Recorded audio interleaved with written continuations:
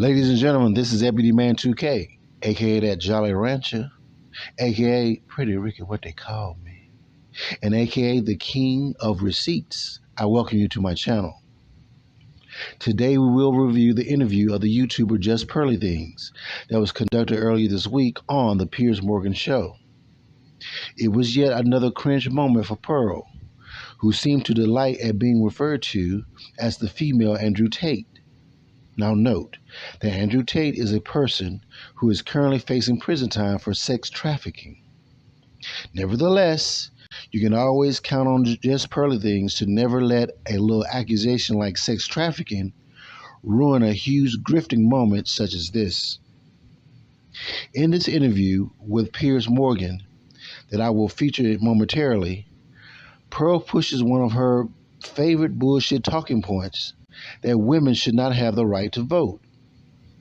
She bases this notion by citing some one-sided statistics that she Googled on the internet. Now, this half-ass researching done on the part of Pearl is the reason why Pearl lacks credibility. No one takes her seriously, and she looks flat-out stupid in debates.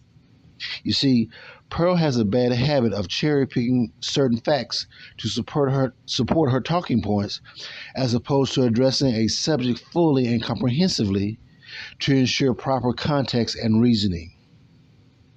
In her argument on why women shouldn't vote, Pearl cites some outdated survey conducted hundreds of years ago that concluded that women didn't even want to vote. But what Pearl fails to realize that when that survey was conducted, women were socially influenced to play a more submissive role in society.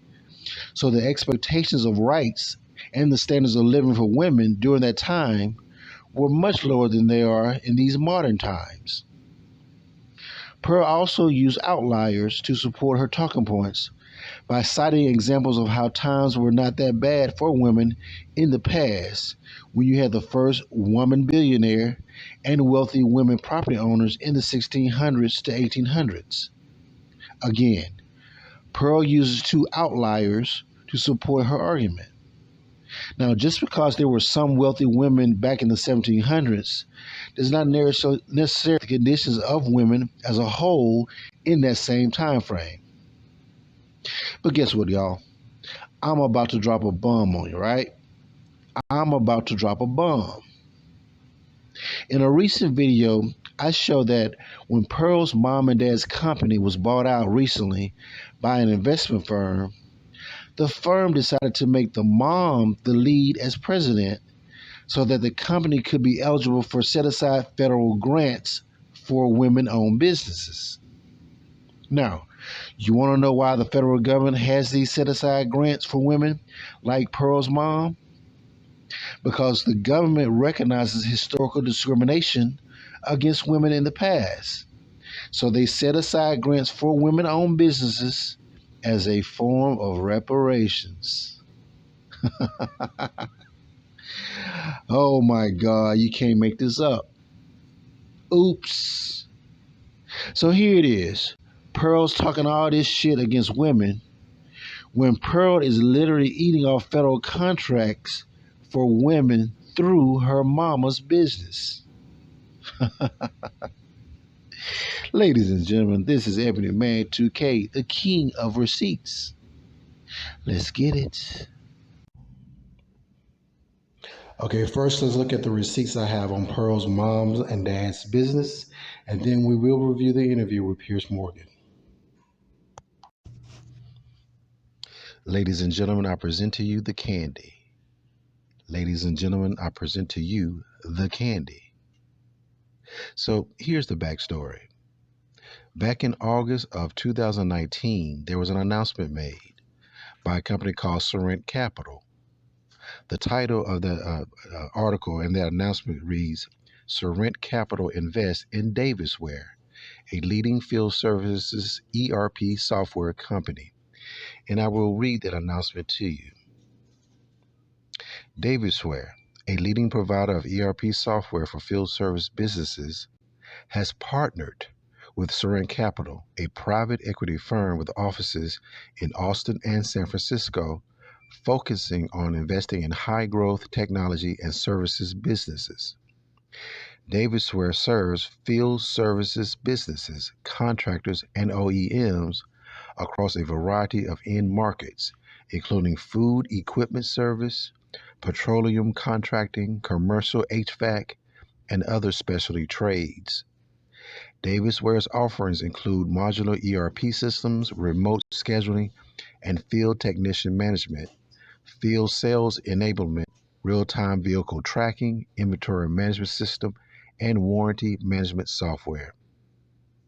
For more than 30 years, we've been focusing on delivering the best, most innovative solutions to our customers in the field service industry, said Davis Ware's co-founder and CEO, Dan Davis. Obviously, Dan Davis is Hannah Pearl Davis's father. Our partnership with Sorrent will bring the resources and expertise needed to reach even more customers and with more innovations. Key word here, will bring the resources and expertise. That's also capital, aka money. This is an exciting time for Davis. We're at a co-founder and president, Jennifer Davis. Okay, so we're getting a little bit more information here. Pearl's dad serves as CEO of the company, and her mom, Jennifer, serves as the co-founder and president. Okay.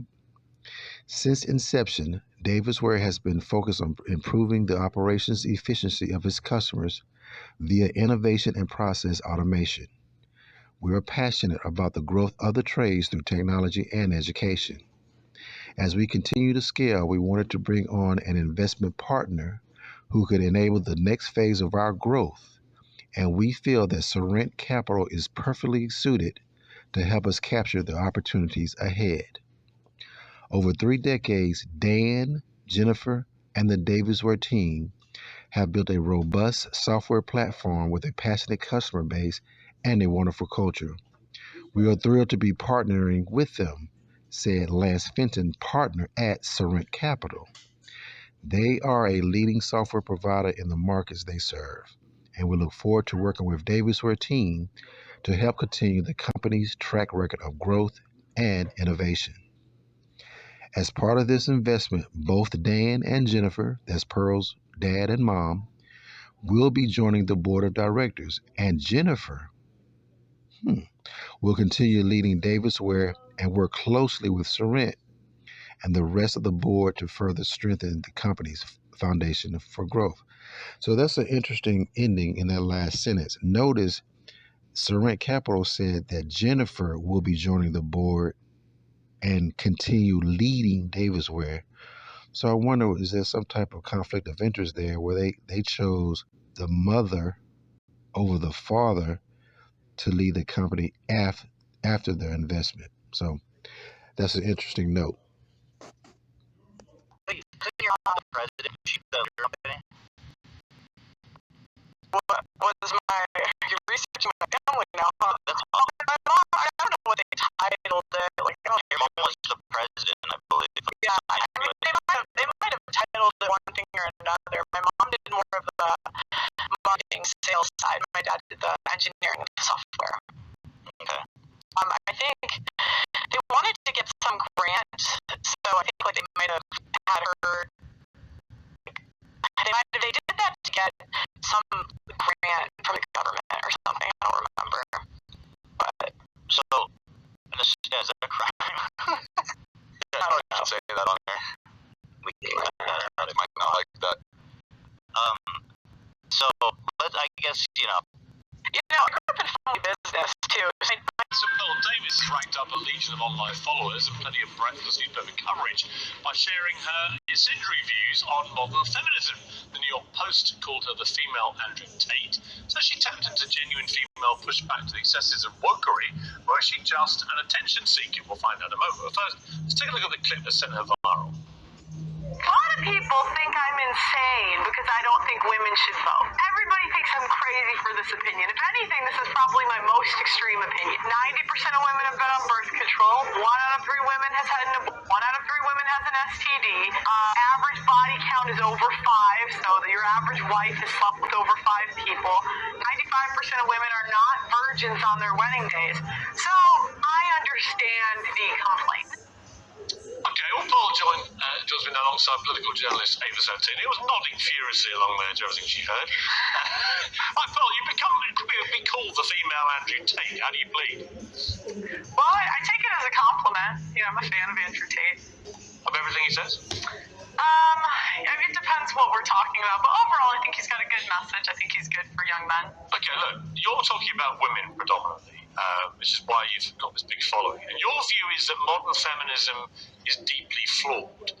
I would argue a lot of your proposals, like taking the vote away from women, are deeply regressive. Mm-hmm. Why would you want to remove, just from yourself, the right to vote? Well, what happened was I had the same view, right? Back when I started, I was like, why? I found out that only 5% of women wanted the right to vote. And I couldn't figure out, like, why would women not? No, it's true. It's true. You look it up. At the time. At the time. Because they've been conditioned by men to think that they shouldn't have a vote. I mean, that's what they say, but, you know, I started reading their writings, right? And what I found out was that the reason a lot of women advocated for it was because they believed it was the beginning of the breakdown of the family. You know, before you became one in marriage, 85% of people were married. And, you know, I hate to say it, but they were right. What has happened 100 years later? What's that got to do with them having the vote? Well, it also goes back to responsibility. Again, men are 80 to 90% of the military. They run all of the infrastructures that make society run. So I just think if we want an equal say in society, then be equal. Do 50% of the hard jobs. Be 50% of the military. In the U.S., they're fined $250,000 if they don't join selective service, which is essentially the traffic. Yeah, but specifically on the vote, what would having the right to vote have to do with family cohesion, for example? Well, because again, before you weren't trying to divide a family. It was one family unit. You had one vote for the family. I mean, I don't think it's good for a family to have two votes. Ava, your mouth seems to have dropped about. Do you know what I know. It's just sort of a bit galaxy brain. I feel like, you know, the stats that you're putting down are perhaps correct in some universe. Which stats? They just kind of don't really add up. I mean, just to take you back to the women's writings that you've allegedly read. I mean, allegedly? What do you mean allegedly? At the time that you're talking about, you know, women weren't really allowed to write. They weren't allowed to go to school. Yes, they were. Right. Yes, they were. That's incorrect. The first female property owner was in the 1600s. The idea that women couldn't work and couldn't. The first female millionaire was in the late 1800s. And was that inherited? No, it wasn't. It was self-made. Yes, it was. Yes, it was. Yes, but she did not inherit it. Permitted that? What law permitted that? Well, there was no law. I mean, there's always been women that were influential. Let's get on to the vote. So what I don't understand is, you know, a part of your message, I've researched you today, and hang on a minute. Okay. You know, your big push is that you care about men, and you don't think that men are getting enough of a say. But hang on, I haven't made the point yet. Because of feminism, okay? What I wonder is when you start making calls out like repeal the 19th, women shouldn't be allowed to vote, how is that helping young men? Because these young men have women in their lives, they have mothers, they have sisters, they have teachers, and they turn around, they don't know how to act around women because you're giving them license to be misogynistic. I wouldn't call it misogynistic. I say be equal.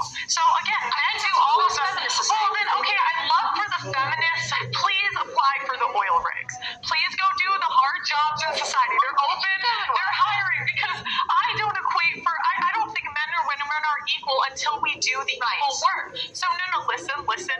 Go apply to be on the oil rigs. Go be a plumber. Go be an electrician. Go be on the front lines of the military, and then we should have equal rights. But until feminists are willing to do that, I don't believe we should have the freedom without the responsibility. Okay, well, I don't think that I'm physically built for that. You might be, but I'm absolutely not. You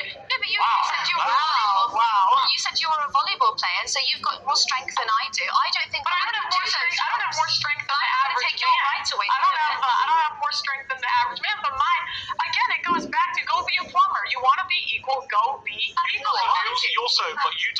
You want divorce to be made illegal. Yes. Why? Yes, because I don't think what we have today is really marriage. What is marriage? It's for better or for worse, for richer or for poor, in sickness and in health, till death do us part. That's what marriage is supposed to be. But feminists have ruined marriage for the people that actually believe in marriage. How? When there's a 50% divorce rate and the average marriage Why is it all down is 8 to the years. women? I didn't say that it was all down to the women. Why But feminism? you asked why I want divorce to be banned. Yeah. Can I finish Yeah. first? So I'm saying, the people that believe in divorce, go be in long-term relationships. Leave marriage for the people that actually believe in for better or for worse, for richer or for poor, in sickness and in health, till death do us part. Doesn't the sanctity of marriage also rely on the woman being a virgin, so you wouldn't be able to get married? What do you mean? Well, you've spoken quite openly about how you're not a virgin, and so if you want to preserve that sanctity of marriage, I just think that you're upholding standards that you don't actually live by. and that's a fair complaint. I wish I was, but we can't go back. I don't know what you want me to say. But I just don't think it's fair that you get to be here and you get to be paid for your views, and you're telling other women that they shouldn't be allowed. I think. Hang on. Okay, if I may, at some stage up here. Isn't the whole point of being a feminist, though, that women are entitled to have their own views? Absolutely, and So she's perfectly entitled to her views. Yeah, but you You can't. might not like But them. I'm here to challenge. Isn't she exercising her right as a... Are you a feminist? No, I am not. Really? No, don't go that far. You don't want to be a feminist? No, because I think if feminists really believed in equality, but you guys don't, I would love for you, there is an oil rig hiring. There is an engineering I would actually firm love to hiring. see Ava Smith in on No, oil rig. seriously. There is a building being built next to my building. Go do it, feminists. Go do it. And me, I'm doing the same job that I'm doing right when you now. find a man you want to get married to, are you saying you will be with that man whatever happens the rest of your life? Yes, for the vows that we're supposed to live by. How do you know you can keep them? I mean, I think it's a choice. And that's the thing, women are so willing to leave marriages because they're not happy. This is not about happiness. The most important thing is the children. And the problem is we have a modern society where it's me, my feelings, leave when I feel like it, instead of doing what's best for the kids. Ava, I've got to say, it's a little like listening to Andrew Tate, where some of it I really don't agree with. I don't agree with the vote stuff. When I hear things like that, I think there'll be a lot of people, especially older generation women perhaps, who think, you know what, she's got a point. Well, I mean, I believe in agency, so I think that if a woman is going to look after her children and do a divorce, that's absolutely fine. I also believe in your right to speak your mind about it. What I don't understand, I'd like to what say, I don't even before understand. the 1920s, Do you know what I mean? women could speak openly. And this idea that women couldn't talk the last 500 years, there have been women throughout the American history state that have education been system has failed. there have been women throughout history that have read, written, and been very influential in society. Okay. So this idea women could never do it. You know what I don't understand though is when it gets spiteful, okay? Because you put down a few arguments that I think are perfectly, they're kind of evangelical and they're Christian, but those are your right to say it. What I don't understand is when it kind of seeps into this sort of, you call women fat, you say that they shouldn't have abortions, you say that they have needs. The question is, are they fat? Yes or no? The average American woman is 170 pounds. That's objectively overweight. I mean, let's be honest, we now celebrate morbid obesity as some kind of body positive thing, and it is complete nonsense. So actually, on that point again, there's a bit of truth in And this is the problem. how we come to celebrate morbid obesity as body positive. It's nonsense. We're not talking about morbid obese. I was actually watching your podcast earlier, and you spoke to someone who was, I would say, probably a size 12, and you called her fat, obese, and a divorcee. She was fat, obese, and a divorcee. I mean, I don't know what to say. This is the thing, women, we don't want to live in reality. We don't want to say things that are true. Was she fat? Yes. Was she a divorcee? Yes. These things are just objective facts. Okay, I'm going to have to objectively... She insulted me first. They always do. I'm going to have to objectively end the debate. It was an interesting conversation. I think we should get you two back together as a matter of urgency. Thank you very much, Pearl. Thank you, Ava.